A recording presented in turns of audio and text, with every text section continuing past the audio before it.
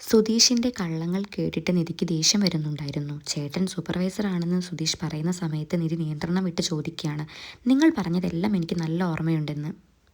ആദ്യം പറഞ്ഞു നിങ്ങളുടെ ചേട്ടൻ ഒരു ആർക്കിടെക്റ്റ് ആണെന്ന്, പിന്നെ പറഞ്ഞു സൂപ്പർവൈസറാണെന്ന്. ഇതെല്ലാം കള്ളമാണെന്ന് എനിക്ക് മനസ്സിലായി.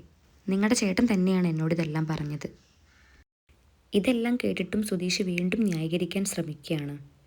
നിധിയാണെങ്കിൽ ദേഷ്യപ്പെടുകയാണ്. മതി സുധീഷ്, നിർത്ത്. നിങ്ങൾ വായ തുറക്കുമ്പോൾ തന്നെ എനിക്ക് പേടിയാണ്. കാരണം വായ തുറന്നാൽ കള്ളങ്ങൾ മാത്രമേ നിങ്ങൾ പറയുള്ളൂ.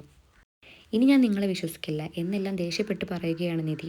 എനിക്ക് വേണ്ടി ഇൻ്റർവ്യൂ റെഡിയാക്കി തന്നതും നിങ്ങളുടെ ഏട്ടനാണെന്നല്ലേ നിങ്ങൾ പറഞ്ഞത്? എന്തൊരു കള്ളമാണിതെല്ലാം, എല്ലാം കള്ളം. ഞാൻ ഇനി നിങ്ങളെ വിശ്വസിക്കില്ല. നിങ്ങളുടെ വീട് ഡിസൈൻ ചെയ്തതും നിങ്ങളുടെ ഏട്ടനാണോ? അതുപോലെ തന്നെ തിരുവനന്തപുരത്തെ ഒട്ടുമിക്ക വീടുകളും ഡിസൈൻ ചെയ്തത് നിങ്ങളുടെ ഏട്ടനാണെന്നല്ലേ നിങ്ങൾ പറഞ്ഞത്? ന്യായീകരിച്ചിട്ടൊന്നും കാര്യമില്ല. നിധി അതൊന്നും വിശ്വസിക്കുന്നില്ല എന്ന് കണ്ടതോടുകൂടി സുധീഷ് പറയാണ്, ഇനി ഞാൻ എന്താ ചെയ്യേണ്ടത്? എല്ലാം ഞാൻ സമ്മതിച്ചു. എന്നാൽ നിധി അതൊന്നും മൈൻഡ് ചെയ്യാതെ ഓട്ടോയിൽ കയറി വീട്ടിലേക്ക് പോവാണ്. പിന്നീട് വീടാണ് കാണിക്കുന്നത്. സുഭാഷ് ജോലി കഴിഞ്ഞ് വീട്ടിലേക്ക് വരുന്ന സമയത്ത് ഹരീഷ് ചോദിക്കുന്നുണ്ട്, ചേട്ടത്തിയെ കൊണ്ട് ചേട്ടൻ എങ്ങോട്ടാണ് പോയതെന്ന്. അപ്പോൾ സുഭാഷ് പറയാണ്, ഞാൻ അവളെ കൊണ്ട് എൻ്റെ വർക്ക് സൈറ്റ് കാണിക്കാൻ വേണ്ടി പോയതാണ്.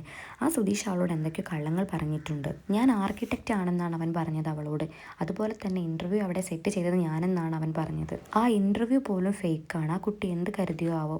പിന്നീട് സുഭാഷ് സുധീഷിനെ വിളിക്കുകയാണ്, നിധി നിൻ്റെ കൂടെ ഇല്ലേ ചോദിച്ചിട്ട്. എന്നാൽ സുധീഷ് പറയുന്നത്, അവൾ എൻ്റെ കൂടെയില്ല, ഉച്ചയ്ക്ക് അവൾ വീട്ടിലേക്ക് വന്നതാണല്ലോ, അവിടെ എത്തിയിട്ടില്ലെന്ന് ചോദിക്കുകയാണ്. ഞാൻ അവൾ അന്വേഷിച്ചിട്ട് വരാം എന്ന് പറഞ്ഞ് സുധീഷ് ഫോൺ വെക്കുകയാണ്. സുധീഷ് അവൾക്ക് വേണ്ടി ഒരുപാട് തെരച്ചിൽ നടത്തി. തെരച്ചിലിന് ശേഷം ഒരു പാർക്കിൻ്റെ ഒരു മൂലയ്ക്കൽ അവൾ ഇരിക്കുന്നത് അവൻ കണ്ടു. നിധിയെ തിരികെ വിളിച്ചപ്പോൾ അവൾ വരുന്നില്ല. നുണ പറയുന്നത് നിൻ്റെ കൂടെ ജീവിക്കാൻ എനിക്ക് കഴിയില്ലെന്നാണ് അവൾ പറഞ്ഞത്. ഒടുവിൽ അവളെ എങ്ങനെയെങ്കിലും വിശ്വസിപ്പിക്കാൻ വേണ്ടിയിട്ട് അവൻ തൻ്റെ ഫ്രണ്ടായ അനൂപിനെ വിളിക്കുകയാണ്. എന്നാൽ അനൂപ് ഫോൺ എടുത്ത പാടെ തന്നെ ആ ഇൻ്റർവ്യൂ ഫേക്ക് ആണെന്നാണ് പറയുന്നത്. അത് സ്പീക്കറിലാണ് ഫോൺ ഇട്ടിരിക്കുന്നതെന്ന് അവൻ അറിഞ്ഞിട്ടുണ്ടായിരുന്നില്ല.